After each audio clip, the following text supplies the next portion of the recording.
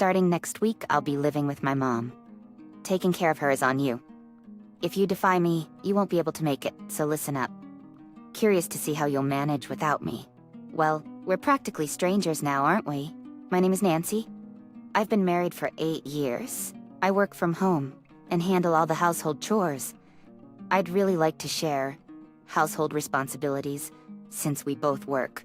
But because I work from home, my husband insists on me handling everything. So I have no choice but to do it all. My husband's salary is only $3,500 a month, and he contributes just $500 to our household expenses. So I've been covering the shortfall with my earnings.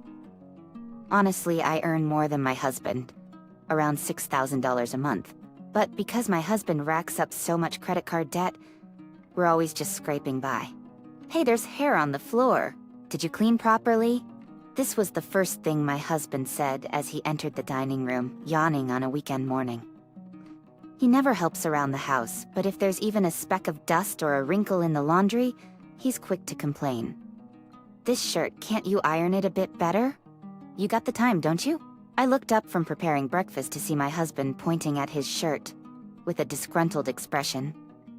I work too, you know. It wouldn't hurt for you to help me out. Even just ironing your own clothes. You expect me, a man, to do that? Don't make me laugh. Isn't that a woman's job? What's the point of being married if you have to work and do all the housework? I stopped what I was doing, shocked by his unreasonable statement. What do you think I am? A maid? Sounds like you think that's the only reason we got married. A maid might be better. At least they do the housework properly and not talk back. That's just mean. I'm doing my best amidst my busy schedule, so I'd appreciate it if you didn't complain. Can't you at least think about helping? We tried talking things through multiple times, but he always brushed it off and said he's way busier than me. He's also picky about meals. If he doesn't like something, he'll leave it. Sometimes he even demands I make it again. Our food costs kept increasing because I couldn't save much. Hey, this dinner is pretty lazy, isn't it? Well, what can I do? We need to save money to get by. Do you even understand our financial situation? That's just your incompetence. Who do you think allows you to have food on the table? Who do you think keeps this household afloat? You've been pretty sassy lately. Maybe you need to rethink your place. I'm not being sassy. I'm stating facts. I'd love to prepare more elaborate meals, but considering our budget, I can only make budget-friendly dishes. This is how it always is. My husband always talks down to me. My husband thinks we're living comfortably because of him, but his salary is only about $3,500 a month. Moreover, he only gives me $500 for living expenses. The rest he spends as his pocket money. We live in a rented apartment with a monthly rent of $2,000. Already, the living expenses aren't enough, so I cover the deficit with my savings. I've tried explaining the situation to him, but he doesn't believe me, thinking I'm lying just to have the upper hand. On weekends, he just lounges around at home or goes out with his colleagues. The times when we went out as a couple or had fun conversations were almost non-existent. Still, I worked hard to earn the living expenses, hoping we might one day go on a trip to mend our relationship. It's often said that financial ease brings peace of mind. And I kept telling myself we needed that peace. Not only that, but Tom frequently requests cash advances on his credit card, and I have to cover those payments every month, constantly straining our finances. Hey, I've asked you multiple times not to use cash advances. There are times when the monthly bill exceeds $3,000. We won't be able to make ends meet. That's because you don't understand how the world works, Nancy. I'm busy with business dinners. Thanks to those, I get my current salary, and you can live the life you have. It's all for work. How many times do I have to say it? I wonder if maybe the money he spends on these dinners might be more than his actual salary. Don't you have your own salary? Besides what you contribute to the household. Isn't that enough? He was like, that amount? Hardly enough. If anything, I wish I had more pocket money. If you worked a bit harder, Nancy, we wouldn't have to worry about all this. I've tried confronting him more assertively in the past, but it just leads to arguments without resolution. So I've come to accept the situation. Once, the credit card bill exceeded $3,500. Shocked, I closely examined the details. Most of it was cash advances, but I noticed the same name of a nightclub appearing multiple times. Upon researching, I found out it was a nightclub in downtown. Hey, does entertaining clients always have to be at a club? I asked my husband while he was having dinner. He was having dinner after coming home from work. Upon hearing the question, my visibly flustered husband began to cough. Hey, why did you bring that up out of the blue? What are you even talking about? He tried to play dumb, but his evasive eyes gave him away. I checked the credit card statement. You've been going to nightclubs, haven't you? That's not for business, is it? When I mentioned the word business, my husband seemed somewhat relieved. Yeah, it's for business dinners. Oh, that place was a nightclub? I had no idea. Seeing my husband's mouth twitch, a woman's intuition kicked in. There's still something he's hiding. Anyway, the credit card bill has gone over $3,500 and I can't afford it, so I think your card might get declined soon. So please moderate your business dinners, okay? I thought about using this opportunity to claim I couldn't make the payment and cancel my credit card. What? That's problematic. Don't do that. Just pay up. No, I can't. Think about our living standard. I can't afford it. My husband desperately insisted I should pay. It seemed his desperation gradually turned into anger. Suddenly, my husband slammed the table. Are you trying to ruin my job? If I don't entertain clients, we won't get any deals. I struggle in ways you don't see. I know you're working hard, but do we really need to go into debt for whining and dining?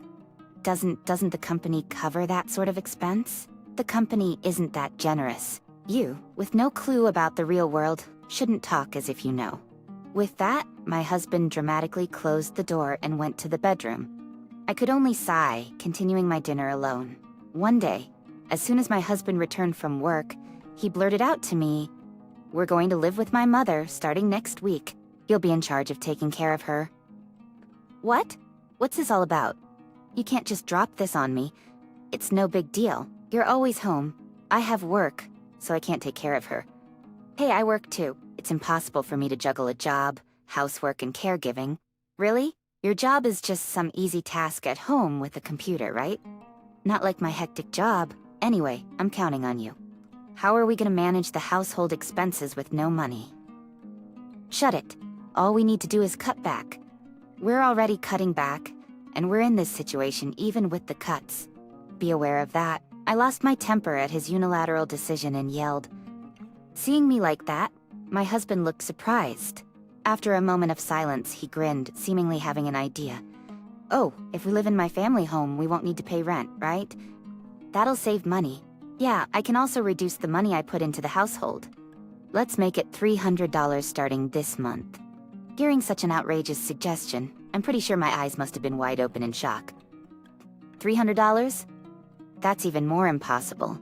Just because we don't have to pay rent doesn't mean caregiving won't be expensive. Like I said, you can manage that by cutting back. I'm super busy. All the household matters are your responsibility. It's about your mother, right? So you should help too. What does she say about this? My mother is all for it. She said it would be easier for her if you did all the caregiving. What? Even she said so? Can you at least ask her to contribute her pension to the household, Tom? My mother-in-law and I weren't exactly on the best of terms, and I had been keeping my distance. But my mother-in-law always says that a wife's duty is to take care of her husband and family. Since you're married and have a family, you must fulfill that responsibility.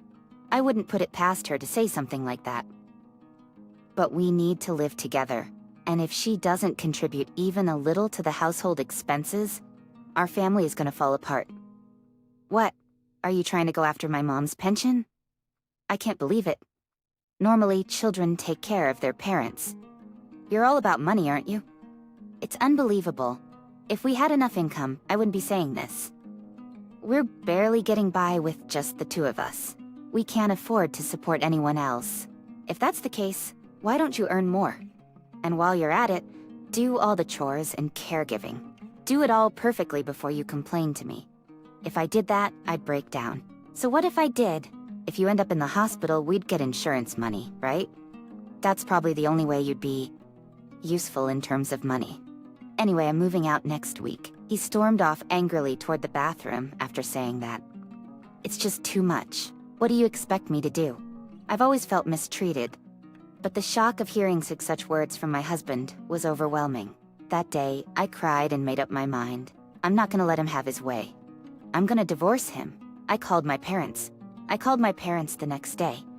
Hearing the situation, my parents were furious and told me to come home immediately. My parents' kind words brought tears to my eyes, and my determination to divorce solidified even more. I told them I'd come back as soon as everything was prepared and hung up. I decided to carry on as usual until I was ready for the divorce, doing everything behind the scenes. After sending my husband off to work as usual, I headed to a certain place and requested a particular service. I asked them to hurry, and they were very understanding and cooperative. Then, I looked something up on the internet to find a lawyer to assist with my divorce. I always thought I would never divorce, but once my mind was made up, it felt surprisingly straightforward. After deciding to divorce, instead of feeling regret, I started looking forward to my life after the divorce. I picked up the lawyer's contact and printed the list at home, hiding them where my husband wouldn't find them, and waited for moving day. As I was preparing dinner as usual, my husband came home from work and started talking with an unusual expression. Did something good happen?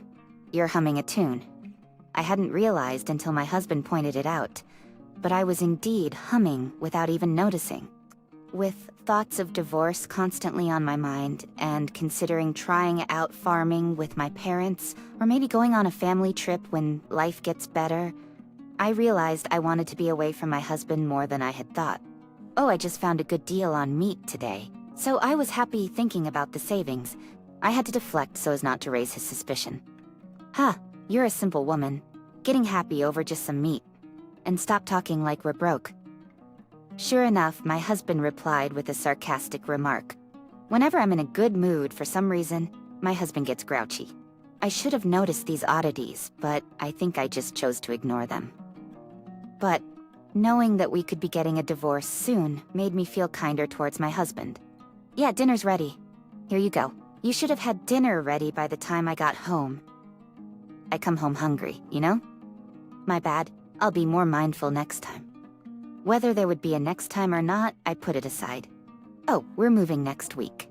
Arrange the movers, throw out what we don't need, and pack only the essentials. Our appliances are newer than the ones at my parents' place. So, we're taking them. Got it? Understood. Decluttering is important. I'll discard the unnecessary stuff, and I'll have the movers take care of the appliances. Don't worry. I was gonna stay true to these words. With that in mind, I could respond with a smile even to the words that usually upset me. And then on moving day, make sure you handle the move properly today. Be respectful towards me. My mother. I'll come back after work to check if you've done it right. Pointing at me, he said this and left the house. I wanted to ask what he meant by being respectful towards my mother, but I held my tongue. If he was gonna return after work, it would be just fine. As planned, I asked the movers to proceed with the moving tasks. Professionals were indeed quick, and in no time, the house was empty.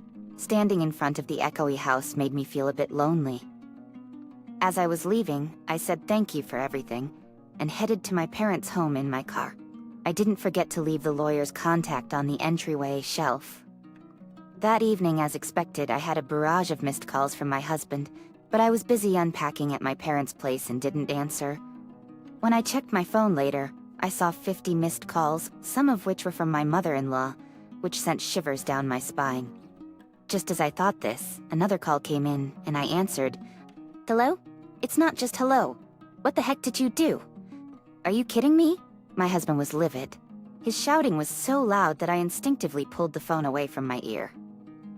I'm not kidding. I did exactly as you told me and got rid of what we didn't need. So let's get divorced. You think I'm dispensable? If we divorce, you're the one who's gonna be in trouble, not me. You can't even fend for yourself, yet you act all high and mighty. Get back here right now. Well, I can manage just fine on my own, so don't you worry. And guess what? I'm already back at my parents' house. So let's proceed with the divorce process. What? You're at your folks'? Aren't your parents getting on in years? planning to support them now? With what, your measly money? Always nagging about money and now you'll just be even poorer.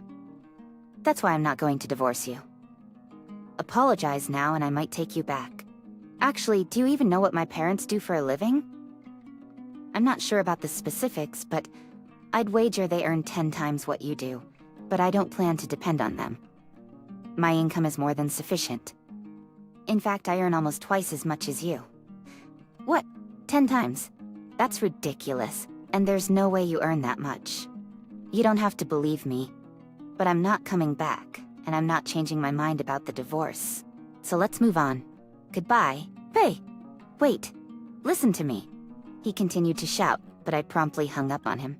My parents, who had been listening with stern faces during the call, smiled and said, "You did well," once I hung up. He kept calling back, spewing the same nonsense, until eventually my mother-in-law chimed in and said, "Come take care of me." So I decided to ignore them for a while. Next, I went on to cancel a credit card. Interestingly, the card my husband had been using was a family card under my name. It turns out that my husband had missed several payments before and was unable to get a credit card under his own name. Even though he needed it for work, I deeply regretted letting him use my card. Without hesitation, I called the credit card company to cancel it. Now he wouldn't be able to use it anymore. Upon realizing this, my husband showed up at my parents' house. The door was knocked incessantly, making it pretty clear to my parents and me that my husband had arrived. My father was the first to greet him. My husband looked a bit startled to see my father, but started to complain right away. "Please call Nancy. I need to talk to her. I've heard enough. Did you agree to the divorce?" My husband stuttered for a moment, but his anger flared up quickly, and he said, "There's no way we're getting a divorce. I'm being told about the divorce out of the blue, and I don't even know what's going on. All of this is Nancy's fault. You, as her father, should be lecturing Nancy." Hearing my husband's words, it seemed like my father's patience had finally run out, and for the first time in a long while, we heard him raise his voice in anger. Enough is enough. Blaming everything on Nancy. Don't you understand your own words and actions? As Nancy's father, you're a failure as a husband. Stay away from Nancy. For the first time, my husband saw my father's anger and he was visibly shaken, at a loss for words. That was when I stepped out. "Listen, Tom, let's put an end to this. Can you please agree to our divorce? Aren't you supposed to be taking care of your mother? You better get going." Seeing me, my husband's face turned red with anger again. "Nancy, how dare you say that? It was you who canceled the credit card, wasn't it? Because of that, I can't work. You better fix this immediately." I did restore it. After all, it was my credit card. It's only natural since we're getting divorced, right? And I didn't just freeze it, I closed the account. So I can't restore it anymore. Why don't you get one for yourself? If you can, that is. You closed it, acting all high and mighty. Who do you think has been supporting our lifestyle? Are you going to repay my kindness with betrayal? I've been supporting you. At this point, I was utterly shocked by his complete lack of understanding of the situation. The same lines time and time again. I started to feel sorry for him, thinking he would never change. That's when my mother stepped in. "Look, Tom, I'm not sure I understand what you're getting at. Who has been supporting whom? Doesn't that apply to you as well?" My mother calmly tilted her head, asking Tom the question. Suddenly faced with a calm presence, Tom seemed a bit more composed. "What do you mean? I've been supporting Nancy. In fact, I've been the one working to make ends meet. So, I don't think I'm wrong here." Hearing Tom's words, my mother sighed and responded, "Well then, who was taking care of the house while you worked? Cooking, shopping, doing laundry, and cleaning? Are you saying you did all of that too?" "No. But that's what someone who's being supported is supposed to do. If she didn't, what would be my role? It sounds like you could do all that by yourself then. Listening to you, it seems like you don't understand Nancy's value. Marriage isn't just about dividing tasks. It's about supporting each other. Seems like you got the wrong idea." My husband was at a loss for words at my mother's calm reasoning. But he didn't seem convinced. Rather, he seemed to be searching for words to defend himself. "But we did support each other, right? Nancy, didn't we?" Looking troubled, Tom turned to me for support. I was extremely uncomfortable. It wasn't mutual support. You were using me, weren't you? As a maid for housework and a cash cow. Isn't that how you saw me? Pushing him away with my words, he gritted his teeth in frustration and left, shouting that he wouldn't divorce me. My father looked like he still had things to say, his face contorted with frustration, but my mother just chuckled and said, "What a terrible exit line, huh?" A few days after the incident at our house, I received a call from a company I had contacted to prepare for the divorce. I had hired a private investigator to look into my husband's affairs. They called to report the results of their investigation, and I quickly arranged to visit the firm the next day. The next day, I found out from the results that my husband was deeply in the wrong. It turns out he was involved with 3 other women. The business dinners he often mentioned were actually lies to cover up meetings with these women. For a while after the investigation started, he had been seen going to hotels and dining with one of the 3 women, but that seemed to have decreased significantly recently. When I mentioned the incident with the credit card, the investigator laughed and said, "So basically you're saying he couldn't cheat anymore because he ran out of money to use, huh?" I guess that's probably the case. But they had gathered enough evidence for me. With all this proof, I was told I could smoothly proceed with the divorce. They suggested that I contact a law firm if I needed a lawyer, and even introduced me to one.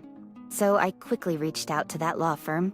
It seemed like they and the lawyer knew each other, and when I mentioned the investigator's name, the lawyer gladly took my case. I promptly met with the lawyer, and given that all the evidence was in order, we were ready to prepare for the divorce immediately. I was instructed to refrain from direct contact with Tom, since the lawyer would act as my representative. I conveyed that I wouldn't want to reach out anyway. The lawyer chuckled and said, "Well, that won't be an issue then." After some time, I received the formal notice, and I started getting a barrage of calls, but I didn't answer any of them due to my agreement with the lawyer. However, later, the lawyer contacted me and said, "Tom wishes to have a discussion with both of us present. Of course you can decline, but what do you think?" Wanting to resolve things quickly, I agreed to the meeting under the condition that my lawyer would be present. On the appointed day, my lawyer and I met with Tom and his mother at the law firm. I was confused as to why his mother was there. It seems my husband wanted her to be present. "We're here to discuss, as stated in the notice, your divorce process and Tom's affair. Let's hear your side." Tom responded, "Well, I haven't cheated. This is all a misunderstanding. She probably fabricated all this because she wanted attention. It's really uncomfortable that you're involving an unrelated lawyer. I'm so annoyed I'd almost like to sue for defamation." His mother chimed in, "Yeah, that's right. There's no way my son would cheat. She's such a nuisance. And she even wants a divorce? After saying she'd live with us and even take care of me? This is ridiculous." Both of them seemed quite outraged. The lawyer and I were just exasperated. The lawyer then said, "Do you think we sent the formal notice without any evidence?" With that, the lawyer showed them the evidence gathered by the investigation. My husband went pale as he saw it. The lawyer continued, "Firstly, you've been seeing this woman for about a year. We've also taken a statement from her. As they looked at the photos of him entering a motel with a woman, his mother's hands began to tremble. She asked, 'Wait, that's not you, right? It must be someone who looks like you. And the woman who gave the statement is probably in on this too. This is unfair.' Tom just looked down without responding. Without responding, next you've been involved with this woman for about 6 months. We have a statement from her as well, and she has admitted to the relationship. Lastly, you've been seeing this 3rd woman for about 2 months. We also have her testimony. Both Tom and his mother were visibly shaken. This is fake. I don't know any of them." Tom mumbled quietly while looking down. It seemed like he was starting to break out in a cold sweat. "Why are you so clearly in those pictures? You were hugging and holding hands. By the way, why do you think all these women testified against you?" "Tom, do you understand?" When the lawyer said this, Tom's face briefly turned pale, but then he lowered his gaze and remained silent. "Come on, if you know something, say it. Get a grip. Today is about making Nancy apologize and come back." His mother shook him while saying this, but my husband didn't say anything. Of course he wouldn't. Tom, you were hiding the fact that you're married from all these women, right? They didn't know you were married, and they asked about the certified mail. I explained the situation properly to them. Tom then raised his head and started to speak with a wry smile. All right, I understand. I'll accept the divorce. Is that okay? My income has decreased now and I can't afford to pay my living costs. So can you do something about it? Will that settle things? What are you talking about? There's no way we can agree to that. What about my caregiving? Shut up, just be quiet. Tom finally erupted into a quarrel with his mother right in front of us. The lawyer turned to me for my opinion, since it seemed like they needed it. I have no intention of changing my mind. We're getting a divorce, and I don't know anything about your income situation, I said, speaking up for the first time. Both Tom and his mother stared at me in surprise. It's mostly your fault anyway. Why can't you just obediently do as I say? He yelled. That's right. You're the one who married once, so it's only right for you to take care of us. I decided to have the final say on this self-centered matter. Tom, you might be reported by the other women, besides me. After all, you proposed to all of them, and even borrowed money. Oh, by the way, congratulations. It seems like you're gonna have a child next year. I don't know if your mother will see it, though. As I said this with a smile, the two who had been so spirited until then were left stunned. So if there's nothing else to discuss, we'll end it here. Please contact me if anything comes up in the future. In the quiet room, the lawyer concluded the meeting, and I left. The two of them seemed to be enveloped in an atmosphere that was on the verge of sinking. Seeing those two like that, I felt relieved. In the following days, the divorce process started, and eventually the divorce is about to be finalized without any issues. Regarding the division of property, we received confirmation of agreement, and it will be proceeding further. Afterward, my ex-husband's workplace became aware of the rumors about this incident, making his job awkward. He eventually resigned. However, due to the living expenses and caregiving costs he had to pay, he couldn't afford to be unemployed and had to work multiple part-time jobs. Interestingly, the manager at one of his part-time jobs happened to be my friend, but my ex-husband didn't know that. He told the manager the story like he was the tragic hero, but my friend was like, "It's all your fault, isn't it?" Do you know the concept of karma? After hearing that, my ex-husband became quiet and obedient. So my ex-husband now lives off his money trying to make ends meet. When he returned home, unfamiliar caregiving duties awaited, and he couldn't keep up with the housework, turning their home into a mess. Due to reports from the neighbors, the authorities had to intervene, and my mother-in-law ended up in a nursing home. My ex-husband, on the other hand, started missing work due to fatigue and stress. He even had to sell his family home to manage his expenses and payments. This is what I heard from my friend. His whereabouts are unknown after that, but an acquaintance mentioned seeing my ex-husband tossing garbage in the dumpster of a rundown apartment complex, so it seems he's still alive. As for me, the divorce went through smoothly, and I felt an incredible sense of relief. With the source of stress gone, my work is going well and I received a raise. Since I had inconvenienced my parents during this whole ordeal, I planned a trip with them for next month, and I'm really looking forward to it.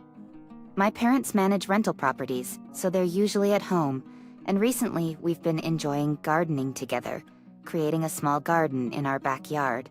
If I could have this happy everyday life, I wish I had divorced sooner. Afterward, a friend introduced me to a wonderful man. He's kind, caring, and values me deeply. He's become close with my parents, and there might even be a remarriage in the near future.